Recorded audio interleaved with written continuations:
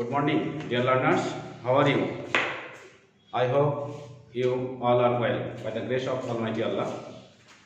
I am also fine by the grace of Almighty Allah. Dear student, I am Indradul Haq Suman, Assistant Teacher English, Sonaichandy High School, Nachol Chapai. Dear learners, today I will take an online class 1 grammar for the class 6. So dear learners, today I will discuss the sentence, the most important things in grammar.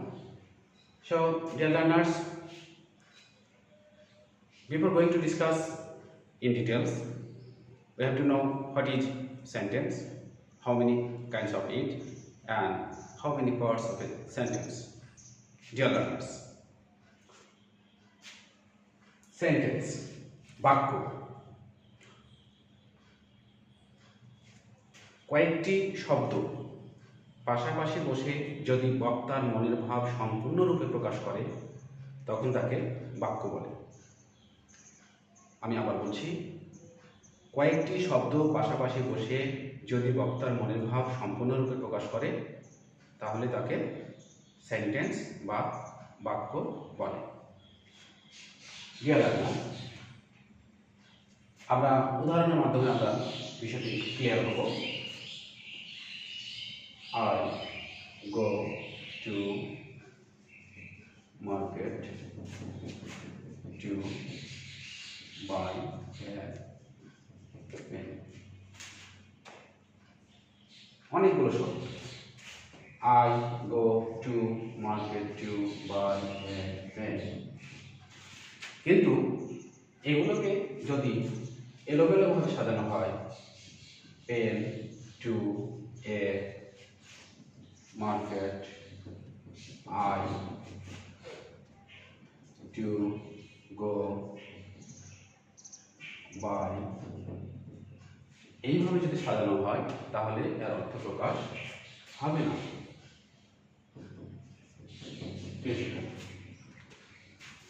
তাহলে আমরা বুঝতে পারছি যে যখন কিছু শব্দ grammatical rules follow করে এবং একটা পূর্ণাঙ্গ অর্থ প্রকাশ করে তখন তাকে বাক্য বলে। প্রিয় শিক্ষার্থী, I go to market to buy a pen, আমি বাজারে যাই কলম কিনতে।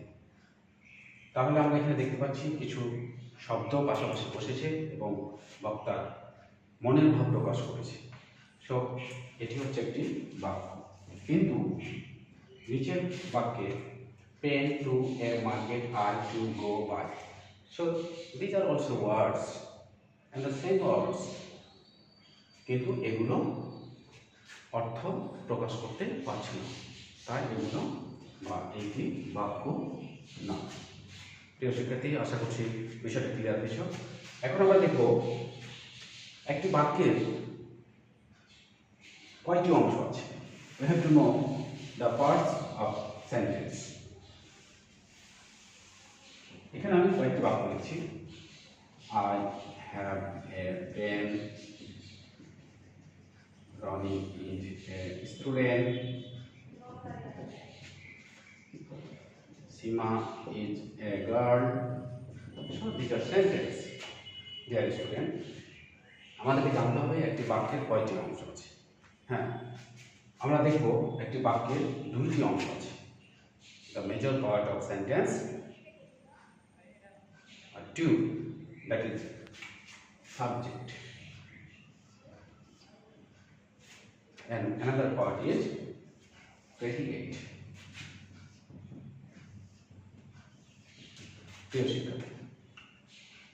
Subject and predicate. Subject and, তাহলে আমরা বলতে পারি বাক্যে দুইটি অংশ,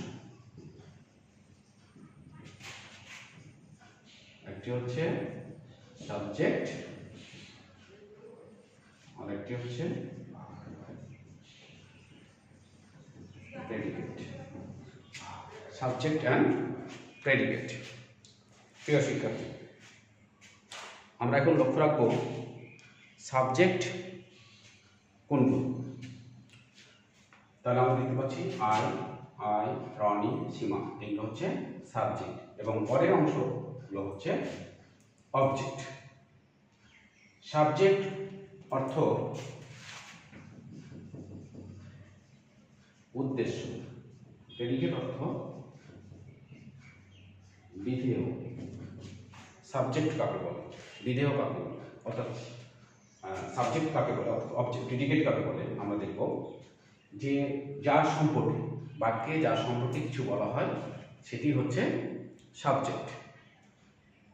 তাহলে I go to market to buy a pen, I have a pen, Ronnie is a student, Sima is a girl, Sima is a girl। তাহলে সীমা সম্পর্কে বলা হচ্ছে যাকে উদ্দেশ্য করে কিছু বলা হয়, সেটাই হচ্ছে সাবজেক্ট। আমরা দেখব প্রেডিকেট। সাবজেক্টকে উদ্দেশ্য করে সাবজেক্ট সম্পর্কে যা কিছু বলা হয় সেগুলো হচ্ছে প্রেডিকেট। প্রিয় শিক্ষার্থী, আমরা আশা করি বুঝতে পারছি যে সাবজেক্ট কোনটি এবং প্রেডিকেট কোনটি। তাহলে এবার আমরা চলে যাই পরের স্টেপে। তাহলে আমরা জানলাম সেন্টেন্স কাকে বলে। তাহলে কয়েকটি শব্দ পাশাপাশি বসে যদি বক্তার মনের ভাব সম্পূর্ণরূপে প্রকাশ করে তাহলে তাকে সেন্টেন্স বলে। আমরা বলতে পারি a group of words which makes a complete sense, that is called sentence. আমরা শিখলাম একটি বাক্যের কয়টি অংশ, একটি বাক্যের দুইটি অংশ, সাবজেক্ট অ্যান্ড প্রেডিকেট। সাবজেক্ট কাকে বলে? আমরা যাকে উদ্দেশ্য করে কিছু বলা হয়, যার সম্পর্কে কিছু বলা হয়, যাকে উদ্দেশ্য করে কিছু বলা হয় সেটাই হচ্ছে সাবজেক্ট। আর সাবজেক্ট সম্পর্কে যা কিছু বলা হয় সেটি হচ্ছে অবজেক্ট, প্রেডিকেট। তো আমরা দেখব এই সাবজেক্ট এবং প্রেডিকেট পর আমরা যাব যে সেন্টেন্স কত প্রকার। প্রিয় শিক্ষার্থী, সেন্টেন্স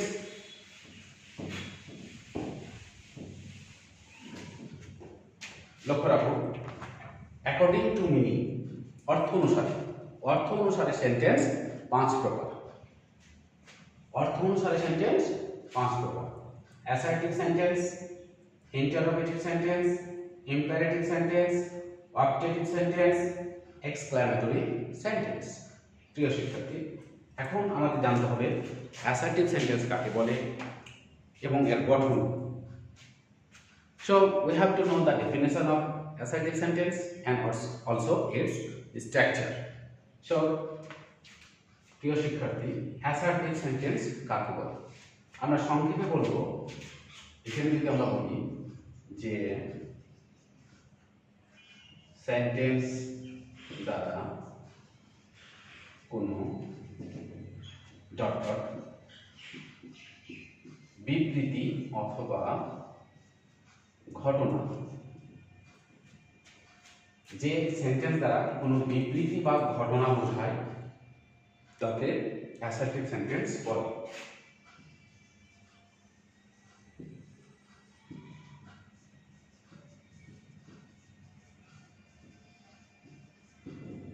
পরের বাক্যে যে সেন্টেন্স দ্বারা, আমি আবার বলছি, যে সেন্টেন্স দ্বারা কোনো প্রশ্ন করা বা কোনো কিছু জানতে চাওয়া বোঝায় তাকে ইন্টারোগেটিভ সেন্টেন্স বলে, ইম্পারেটিভ সেন্টেন্স।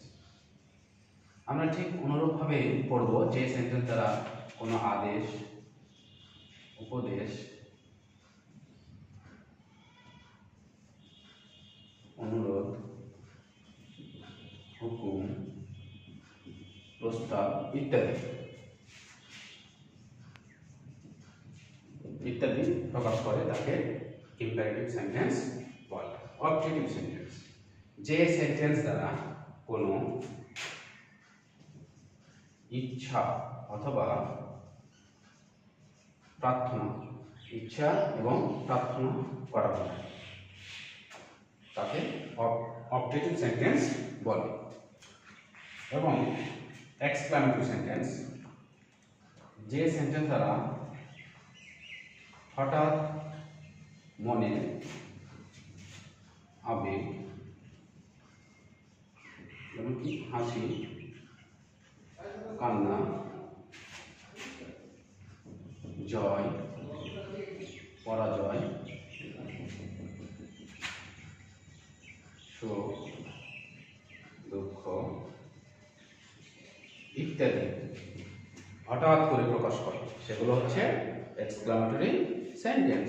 প্রিয় শিক্ষার্থী, আমরা প্রথম থেকে আবার বলছি, অর্থ অনুসারে সেন্টেন্স 5 প্রকার: assertive sentence, interrogative sentence, imperative sentence, objective sentence, exclamatory sentence.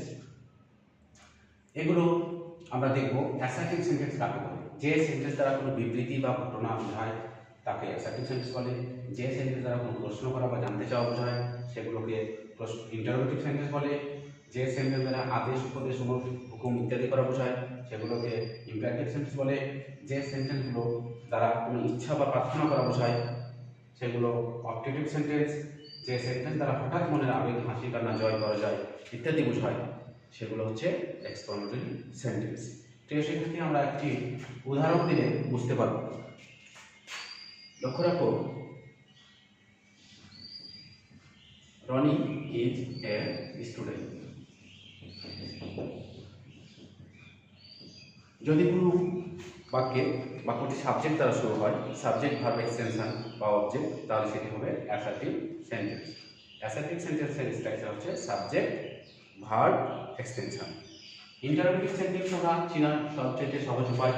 Interrogative sentence আমরা দুইভাবে করতে পারি: এস নো কোশ্চেন অর্থাৎ অক্সিলারি ভার্ব দিয়ে প্রথমে, আর একটা হচ্ছে ডাব্লিউএইচ ওয়ার্ড দিয়ে, এবং বাক্যের শেষে সর্বদাই প্রশ্নবোধক চিহ্ন থাকবে।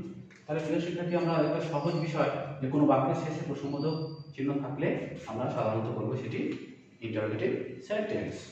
যেমন, is Rony a student? Is Rony a student? প্রশ্ন। আবার পরের বাক্যে বলছি, হু ইজ এ স্টুডেন্ট? তাহলে শিক্ষার্থী বন্ধুরা, আমরা শিখতে পারছি যে কোনো বাক্যে যখন আমরা দেখব যে কোনো সেন্টেন্স দ্বারা কোনো প্রশ্ন করা বোঝাচ্ছে বা জানতে চাওয়া বোঝাচ্ছে, তখন সেটি হবে ইন্টারোগেটিভ সেন্টেন্স। এবং এই ইন্টারোগেটিভ সেন্টেন্সের ক্ষেত্রে আমরা আরো লক্ষ্য রাখবো এবং চেনার সবচেয়ে সহজ বিষয় হচ্ছে বাক্যের শেষে প্রশ্নবোধক চিহ্ন থাকবে। তারপরে আমরা আসি ইম্পারেটিভ সেন্টেন্স। ইম্পারেটিভ সেন্টেন্স আমরা দেখব শিক্ষার্থী বন্ধুরা, বাক্যটি ভার্ব দিয়ে শুরু হবে। যেমন, read the book, read the book. আবার কাম হেয়ার, আবার গো দেয়ার। শিক্ষার্থী বন্ধুরা দেখো, এটা ভার্ব দিয়ে শুরু হয়েছে, বাক্যগুলো ভার্ব দিয়ে শুরু হবে। তাহলে যে সেন্টেন্সগুলো কোনো ভার্ব দিয়ে শুরু হয় সেগুলো সাধারণত ইম্পারেটিভ সেন্টেন্স। তারপরে আমরা দেখব অবজেক্টিভ সেন্টেন্স, ইচ্ছা প্রার্থনা। এই বাক্যগুলো সাধারণত মে দিয়ে শুরু হয় সাধারণত। যেমন, মে আল্লাহ ব্লেস ইউ। আরও আছে, long live our president, may you be happy. এইভাবে আমরা দেখব অবজেক্টিভ সেন্টেন্স। এক্সক্লেমেটরি সেন্টেন্স চেনার আরও সহজ উপায় আছে। বাক্যগুলোর শেষে সাধারণত একটা বিশ্বাসসূচক চিহ্ন, নোট অফ এক্সক্লেমেটরি চিহ্ন বসে। আমরা দেখব, how nice the picture is. অর্থাৎ হঠাৎ করে সেটি মনের আবেগ বোঝায়। তারপরে আমরা কিছু ওয়ার্ড দিয়ে আমরা বলতে পারি ফাই অথবা অ্যালাস। এই চিহ্নগুলো থাকলে আমরা সেটি বলবো অ্যালাস ইট ইজ আনডান,